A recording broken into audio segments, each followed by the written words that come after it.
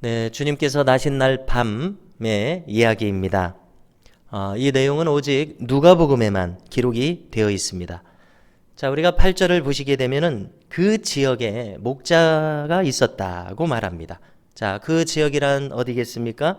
이곳은 유대 땅 베들레헴을 가리킵니다. 자, 베들레헴은 성경에서 매우 자주 나오는 지명입니다. 여러 가지 우리가 기억할 만한 이야기들이 있는데요. 먼저는 야곱이 자기 아내 라헬을 이곳으로 오는 길에 묻었다고 기록합니다.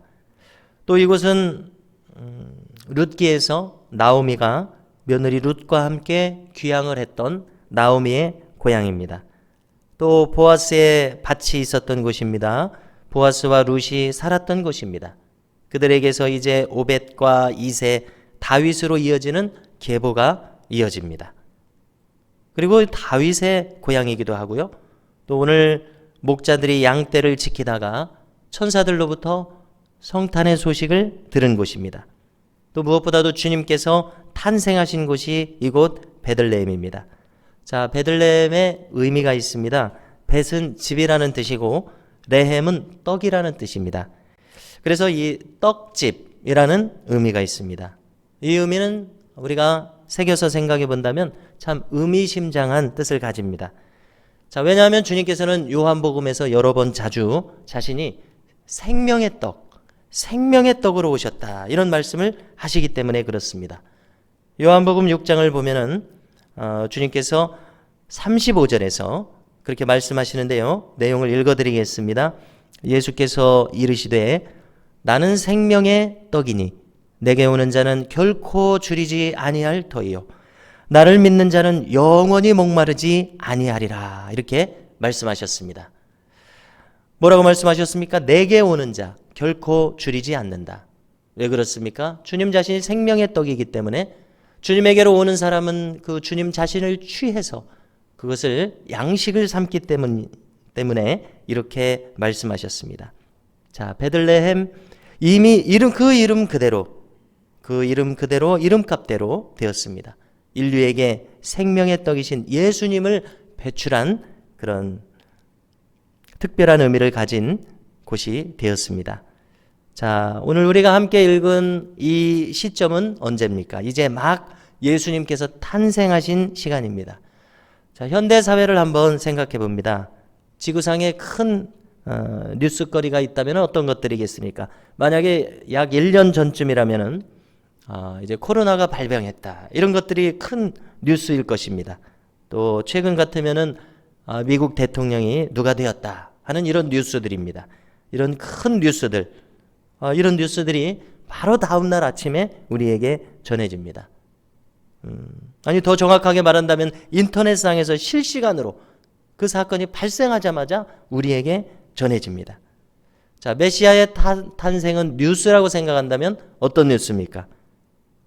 가만히 생각해 보면 인류에게 가장 큰 사건이요, 가장 큰 뉴스인 것을 알 수 있습니다. 자, 그런데 이런 빅 뉴스를 최초로 전해들은 사람에 대해서 오늘 말씀이 기록하고 있습니다. 누가 이 큰 뉴스를 인류 중에서 가장 처음으로 전해들었습니까? 그것은 바로 다름 아닌 여기 이 목자들입니다. 그리고 이 목자들에게 전해졌다는 것이 참 중요한 의미가 있습니다. 자, 그 의미를 한번 생각해 보겠습니다. 그것은 이 목자들의 신분이 비천하다는 데 있습니다. 자, 특별히 이 목자들은 더러운 짐승들을 계속 다루고 있습니다. 양떼를 계속 다루고 있습니다. 자, 그것은 어떤 의미를 가지냐면은 이들이 예루살렘 성을 출입할 때에 정결 예식을 자주 할 수 없어서 함부로 출입할 수 없다는 것을 의미합니다. 그래서 보통 사람들에게 비천하게 취급을 당했습니다.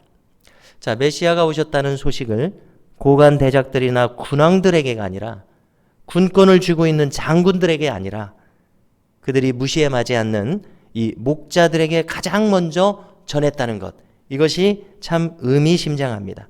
자, 이것은 무슨 의미겠습니까? 그것은 주님에게 있어서는 그 사람이 어떤 사람이든지 그가 세상에서 아무리 비천하게 취급을 당한다고 할지라도 결코 주님께서는 그 영혼을 소외시키지 않는다는 의미입니다. 세상의 높은 사람들을 생각해 봅니다. 그들은 사회적으로 비천한 사람들을 아무래도 그들의 속마음에서 무시하기 마련입니다. 이것이 세상입니다. 왜 그러냐면 힘에 있어서 우월하기 때문입니다. 어쩌면 권력자들은 일반 대중을 전혀 두려워하지 않을는지도 모릅니다. 마치 일반 대중이 없는 것처럼 안하무인으로 행동하는 경향이 있는 것을 우리가 엿보게 됩니다. 자, 이 마음은 어떤 마음이겠습니까? 마치 자기가 태생적으로 또는 본성적으로 자기보다 낮은 사람들보다도 진정으로 우월하기라도 하다는 듯이 행동하는 것을 알 수 있습니다. 자, 그러나 우리 주님의 시각은 그렇지 않다는 것입니다. 어떤 사람이 사회적으로 어떤 지위에 있든지 간에 주님은 그 어떤 한 사람도 소외시키지 않으신다는 사실입니다. 주님에게는 그 누구라고 할지라도 가장 존귀한 영혼이라는 그 영혼에 대한 절대적인 가치가 있습니다. 어떤 한 영혼에 대해서 그 영혼을 하찮은 영혼이 아니라 존귀한 영혼으로 여기십니다. 주님께서 이 지상에 오신 것은 이 한 영혼들을 얻기 위해서 오셨다는 이 사실을 우리는 중요하게 생각해야 합니다. 자, 여기에는 이제 그 교회란 어떤 곳인가? 교회의 의미에 대한 내용이 들어 있습니다. 자, 교회는 어떤 곳입니까? 모든 영혼들이 다 같이 존귀하다는 이 이상이 실현되는 곳이어야 합니다. 자, 사회적 지위가 있습니다. 재산이 많고 적음, 이런 것이 있습니다. 그런데 이런 것으로 영혼의 가치가 판단되는 곳이어서는 안 됩니다. 자, 물론 우리들에게는 개개인의 삶의 형편들이 있습니다. 그것을 무시할 수는 없습니다.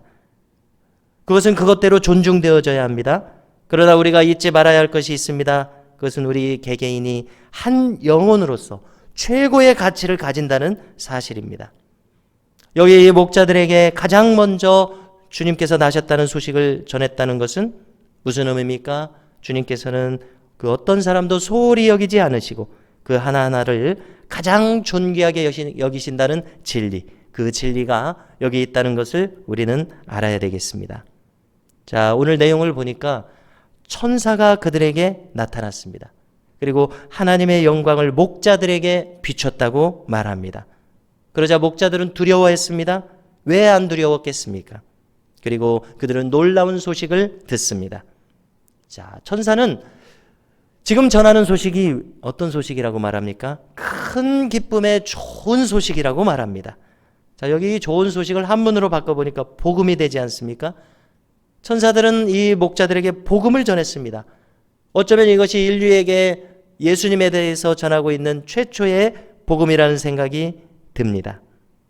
자, 11절을 보니까 그 복음의 구체적인 내용을 전하는데요. 그것은 구주께서 탄생하셨다는 내용입니다. 12절에 이르러서는 그 복음의 내용을 더욱 구체적으로 그리고 놀라운 내용을 전합니다. 자, 뭐라고 전합니까? 강보에 쌓여서 구유에 뉘어 있는 아기를 보게 될 것이다. 이렇게 말합니다. 그리고 우리가 새겨들어야 할 놀라운 말씀을 덧붙이는데요. 강보에 쌓여서 구유에 뉘어 있는 이것이 너희에게 주는 표적이라. 표적이라는 말을 하고 있습니다. 구유에 뉘었다는 말, 그리고 이것이 너희에게 표적이라는 말, 이것이 중요한 내용입니다. 자, 먼저 이 표적이라는 것이 무슨 뜻입니까? 영어로는 sign이라고 되어 있는데요. 징조, 징표라는 말이죠. 자, 그러면은 무엇에 대한 징표냐는 것입니다. 자, 그것은 바로 메시아에 대한 징표라는 뜻입니다. 한마디로 저 아기 예수님이 지금 처해 있는 상황이 그가 그리스도이신 표적이라는 것입니다. 그가 그리스도이신 징표라는 것입니다. 그럼 요약해서 말한다면 저 구유에 누이신 아기, 바로 저 모습이 그가 그리스도이신 징표라는 그런 뜻입니다. 자, 그 징표가 뭐라는 것입니까? 구유라는 것입니다. 자, 그러면은 우리가 이 내용을 생각해 본다면 참으로 충격적이고 놀라운 말인 것을 알 수 있습니다. 왜 그렇습니까? 그리스도는 어떤 분이십니까? 그분은 온 우주의 주인이십니다. 빌립보서에서 말씀하시는 것처럼 그분의 본체는 하나님과 동등이십니다. 성자 하나님이십니다. 그런데 그분이 지금 메시아로 오셨습니다. 그런데 그 징표가 구유에 놓여 있다는 사실이 징표라는 것입니다. 그래서 우리는 이것이 충격적입니다. 왜 그렇습니까? 그는 만왕의 왕이신데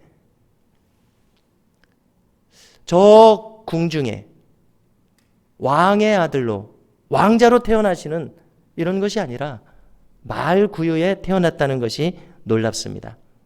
여러분, 이 자리에 계신 분들께서 전부 아이를 출생하셨던 그런 기억이 있으실 것입니다. 자, 어느 곳에서 아이를 우리가 낳고 싶겠습니까? 위생적으로 잘 준비된 곳, 따뜻한 곳, 잘 산모가 보호받을 수 있는 곳, 안전한 곳, 안전한 병원, 이런 곳을 찾아서 우리가 아이를 낳게 됩니다. 만약에 우리가 아이를 낳는다고 하면은 저 더러운 짐승의 우리 볏집단이 있고 냄새나는 그런 곳에서 낳고 싶은 사람은 아무도 없으실 것입니다. 자, 우리가 이 성탄 시즌을 보내고 있어서 이 성탄 데코레이션을 보게 되니까 이 구유를 낭만적으로 보고 있습니다. 강보에 쌓여서 아기 예수가 누워있는 이 구유를 낭만적으로 아름답게 보고 있습니다. 자, 그런데 그것의 실체를 한번 생각해 봐야 됩니다. 구유는 더러움과 비천함의 상징입니다. 음식물의 냄새가 쩔어 있습니다. 불쾌한 냄새가 납니다. 자, 예수님께서 만왕의 왕이시니까 좀 더 존귀한 곳에 태어나셔야 마땅할 것인데, 왕의 아들 정도로 태어나셔야 마땅하실 것인데, 그렇지 않고 주님께서는 이렇게 더러운 곳, 냄새나는 곳에서 태어나셨다는 사실입니다. 잘 쉴 수 있는 상황이 아닙니다. 보호받을 수 있는 곳이 아닙니다. 춥고 허름하고 소외된 곳에서 나셨습니다. 자, 그런데 이것이 바로 그가 메시아이신 징표라고 천사가 말합니다. 이것이 무슨 의미이겠습니까? 이것은 주님께서 가장 비천한 사람들의 형편을 아신다는 사실입니다. 가장 가련한 사람들, 즉 죄인들에게 오셨다는 의미입니다. 한 영혼을 세상적인 가치로 판단하지 않으시겠다는 의미입니다. 저 군림하는 세상, 저 억압하는 세상, 저 힘의 논리로 행하는 세상, 그런 세속적인 가치, 어쩌면 그런 악마적인 가치가 아니라 하나님 나라의 가치, 하나님의 성품으로 바라보시는 그 시각, 하나님의 관점으로 인간을 보시겠다는 의미인 것을 알 수 있습니다. 이 세상에서 버림받고 소외당하고 자기의 죄로 고통당하는 사람들, 바로 저와 여러분들 같은 가련한 인생에게, 바로 그런 사람들에게 오시겠다는 의미입니다. 그러므로 주님께서 너무나도 비천한 이 말구에 오셨다는 것은 바로 그처럼 비천한 나를 위해서 오셨다는 의미인 것을 우리가 분명히 알아야 되겠습니다. 그렇기 때문에 구유에 오신 이 아기 예수님은 그 자체로 복음입니다. 나 자신을 위해서 오셨다는 의미이기 때문입니다. 어떻습니까? 이 소식을 듣고 있는 목자들, 아마 이 목자들은 참으로 당황스러웠을 것입니다. 아니, 지금 천사가 그리스도께서 나셨다는 소식을 전하는데 저 고대 광실에 나지 않으시고 구유에 누워 계시다는 이런 소식을 지금 듣고 있습니다. 자, 구유를 한번 떠올려 봤을 것입니다. 그렇다면 그 구유가 놓여져 있는 것은 여느 집 안방은 아닐 것입니다. 그들이 알기로는 이 구유를 둘 수 있는 곳은 가축의 우리 말고는 없습니다. 그들은 가축을 다루는 사람들입니다. 또 우리도 가축의 우리를 다 가보셨을 것입니다. 동물원의 사육실을 지나간 경험을 다 해보셨을 것입니다. 어떤 악취가 그곳에서 풍기는지 우리는 다 알고 있습니다. 목자들이 생각할 때 저 아기 예수께서 자기들이 익숙한 그곳, 어쩌면 자기들과 같은 처지의 상황 속에서 오셨다는 이 사실을 들었을 때 어떤 동질감을 느끼지 않았을까 생각해 봅니다. 이렇게 말했을 때 이 시간이었습니다. 호련히 많은 수많은 천군 천사들이 찬송하기 시작합니다. 오늘 말씀을 보니까 뭐라고 찬송했습니까? 지극히 높은 곳에서는 하나님께 영광이요, 땅에서는 하나님이 기뻐하신 사람들 중에 평화로다, 이렇게 찬송합니다.